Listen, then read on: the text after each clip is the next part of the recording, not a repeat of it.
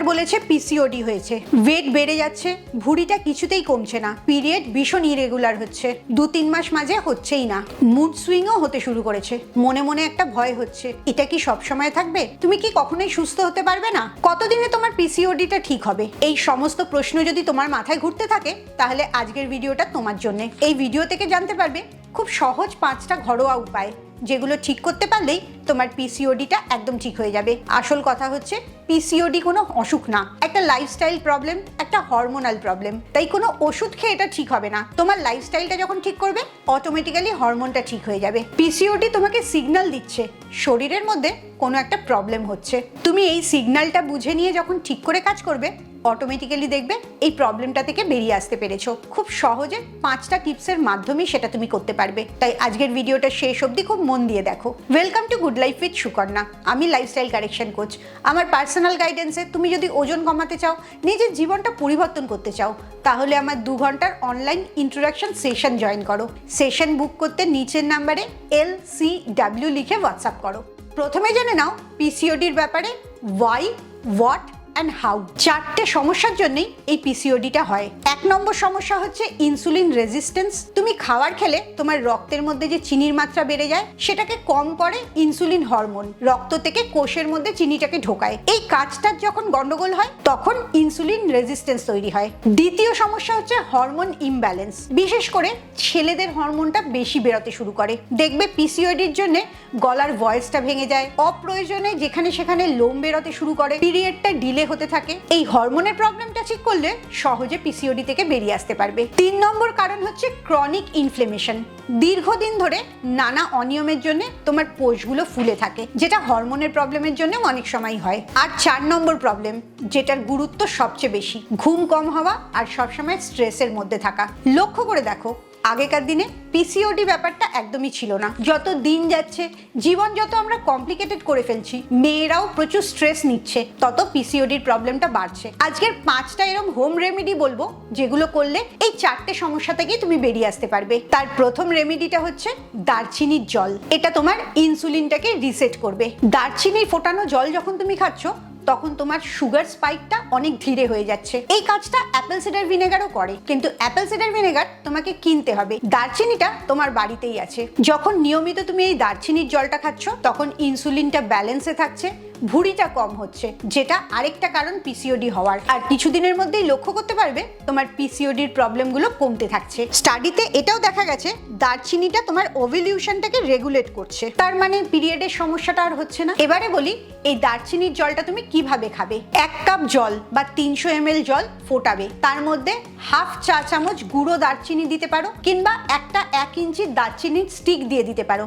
সেই জলটা ফুটে গেলে দারচিনি শুদ্ধই তুমি অল্প অল্প করে চায়ের মতো সকালবেলা খালি পেটে এই জলটা খাবে। 5 থেকে 6 দিন কিংবা 1 সপ্তাহের মধ্যেই তুমি লক্ষ্য করবে তোমার পিসিওডির প্রবলেমগুলো কমতে শুরু করেছে। যখন সুগার স্পাইক হয় তখনই চর্বি জমতে শুরু করে, স্পেশালি পেটের চর্বিটা। এই দারচিনির জলটা খেতে থাকলে লক্ষ্য করবে সুগার স্পাইক হচ্ছে না, যার জন্য তোমার ক্রেভিংটা কমে যাচ্ছে। আর অবভিয়াসলি পেটের ইঞ্চিটা মাপতে থাকবে, দেখবে খুব সুন্দর করে ইঞ্চিটা কমতে থাকছে। কিন্তু এই দারচিনির জলটা উপকার দেবে না যদি তুমি পরের পয়েন্টটা ভুল করো।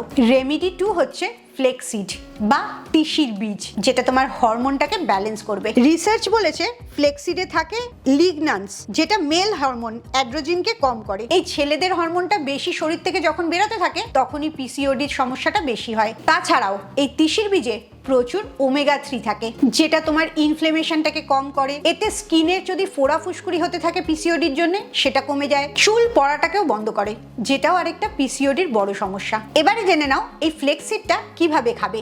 দিনে একবার 1 চামচ খাবে। সেটা তুমি রোস্ট করে 1 চামচ এমনি খেতে পারো, কিংবা রোস্ট করে গুঁড়ো করে রাখলে যে আটার রুটিটা বানাও সেই আটার মধ্যে দিয়েও খেতে পারো, কিংবা কোনো তরকারি খাচ্ছ, ডাল খাচ্ছ তার মধ্যেও দিতে পারো। বেস্ট হয় বিকেলবেলা যদি 100 গ্রাম সাদা দই খাও তার মধ্যে 1 চামচ ফ্লেক্সিড দিয়ে খাবে। আসলে পিসিওডি হলে শুধু ওজন বেড়ে যায়, পিরিয়ডের প্রবলেম হয় তাই না, এর জন্য তোমার চুল পড়তে শুরু করে, গলা ভাঙতে শুরু করে, আর তোমার কনফিডেন্সটাও তুমি হারাতে থাকো। এই ফ্লেক্সিডটা সেখানে তোমার শরীরটাকে হিল করতে শুরু করে। হরমোন ব্যালেন্স করতে গিয়ে যদি তুমি খুব স্ট্রেস করে ফেলো তাহলে এই জিনিসগুলো কোনো কাজই করবে না। তাই স্ট্রেসটাকে সবসময় লোতে রাখতে হবে। তার জন্য 3 নম্বর রেমেডিটা ভীষণ প্রয়োজন।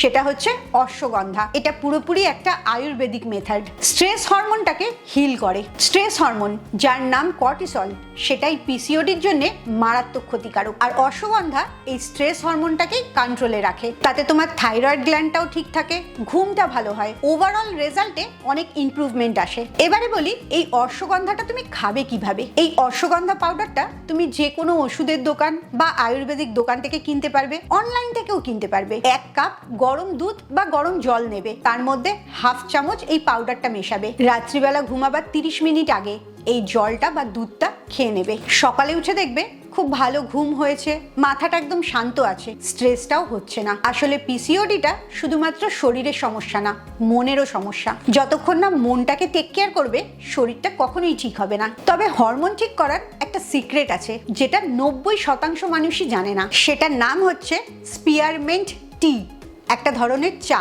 যেটা ফিমেল হরমোনকে প্রোটেক্ট করে। এই স্পিয়ারমেন্ট টি খেলে তোমার টেস্টোস্টেরন হরমোনটাকে কম করে, যেটা মেল হরমোন। এটার উপকার হিসেবে তুমি দেখতে পাবে অপ্রয়োজনীয় যে লোমগুলো বেরোয় সেগুলো আর বেরোচ্ছে না, তোমার চুল পড়া কমে গেছে, স্কিনটা বেটার হয়েছে, আর পিরিয়ডের সাইকেলটাও একদম ঠিকঠাক হয়ে গেছে। এই চাটা 1 কাপ তুমি রাত্রিবেলা ডিনার করার 30 মিনিট পরে খাবে। 5 দিন নিয়মিত খেতে থাকলেই লক্ষ্য করবে তোমার ওজনটা কমছে, স্কিনটা ঠিক হয়ে যাচ্ছে, স্কিনে নতুন করে গ্লো আসছে, আর অবশ্যই ভুঁড়িটা কমতে থাকছে। এই 4টে রেমেডি করলেও হতে পারে কোনো কাজ করলো না যদি তুমি 5 নম্বরটা না করো। সেটা হচ্ছে নিয়মিত হাঁটা চলা আর ইন্টারমিটেন্ট ফাস্টিং। একদম ঠিক শুনেছো, পিসিওডি ঠিক করার জন্য ইন্টারমিটেন্ট ফাস্টিংটা ভীষণ ভালো কাজ করে। তুমি যদি কোনোদিন ইন্টারমিটেন্ট ফাস্টিং না করে থাকো তাহলে 12 ঘন্টা দিয়ে শুরু করো।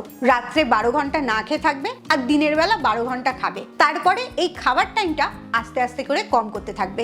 ইন্টারমিটেন্ট ফাস্টিং এর উপর আমার পুরো প্লে লিস্ট আছে, তাতে প্রচুর ভিডিও আছে। সেই প্রত্যেকটা ভিডিও দেখলেই জানতে পারবে ইন্টারমিটেন্ট ফাস্টিং কি করে করবে, কি সুবিধা হয়, কি অসুবিধা হয়, ইন্টারমিটেন্ট ফাস্টিং সময় কি খাবে, এই সমস্ত জিনিসগুলো। খাওয়ার পরেই রক্তে চিনির মাত্রাটা বেড়ে যায়, আর এই সুগার স্পাইকটা কখনোই হওয়া উচিত না যদি তোমার পিসিওডি থাকে। তার জন্য তুমি অবশ্যই প্রত্যেকবার খাওয়ার পরে 10 থেকে 15 মিনিট হাঁটবে। এতে ইনসুলিন সেন্সিটিভিটিটা ঠিক হবে। একটা সিম্পল সিস্টেম ফলো করবে। রাত্রি 7:30টার মধ্যে ডিনারটা শেষ করে ফেলবে, তারপরে 15 মিনিট পায়চারি করবে, আর সকালবেলা 7:30টার পরে ব্রেকফাস্টটা শুরু করবে। তাহলেই তোমার 12 ঘন্টার ফাস্টিং হয়ে গেল। এক্সারসাইজ করে কখনোই পিসিওডি ঠিক হয় না, কারণ পিসিওডিটা তোমার এক্সারসাইজের প্রবলেম না। তোমার বডিটাকে তুমি যখন চিনবে, ঠিক রিদমে কাজ করবে, তোমার ইমোশনটাকে নিজের কন্ট্রোলে রাখতে পারবে, তখনই তোমার পিসিওডিটা ঠিক হবে। কারণ এটা পুরোটাই একটা লাইফস্টাইল প্রবলেম, তার মধ্যে স্ট্রেসটা বেশ বড় অংশ জুড়ে আছে। পিসিওডি হচ্ছে মানে তোমার লাইফের ব্যালেন্সটা তোমার হাতে নেই।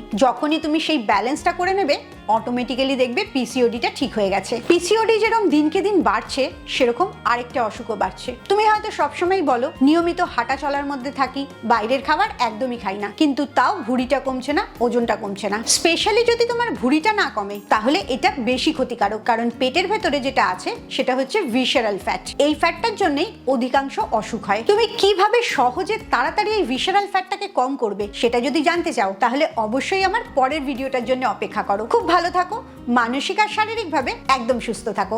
আবার পরের ভিডিওতে তোমাদের সাথে দেখা হবে।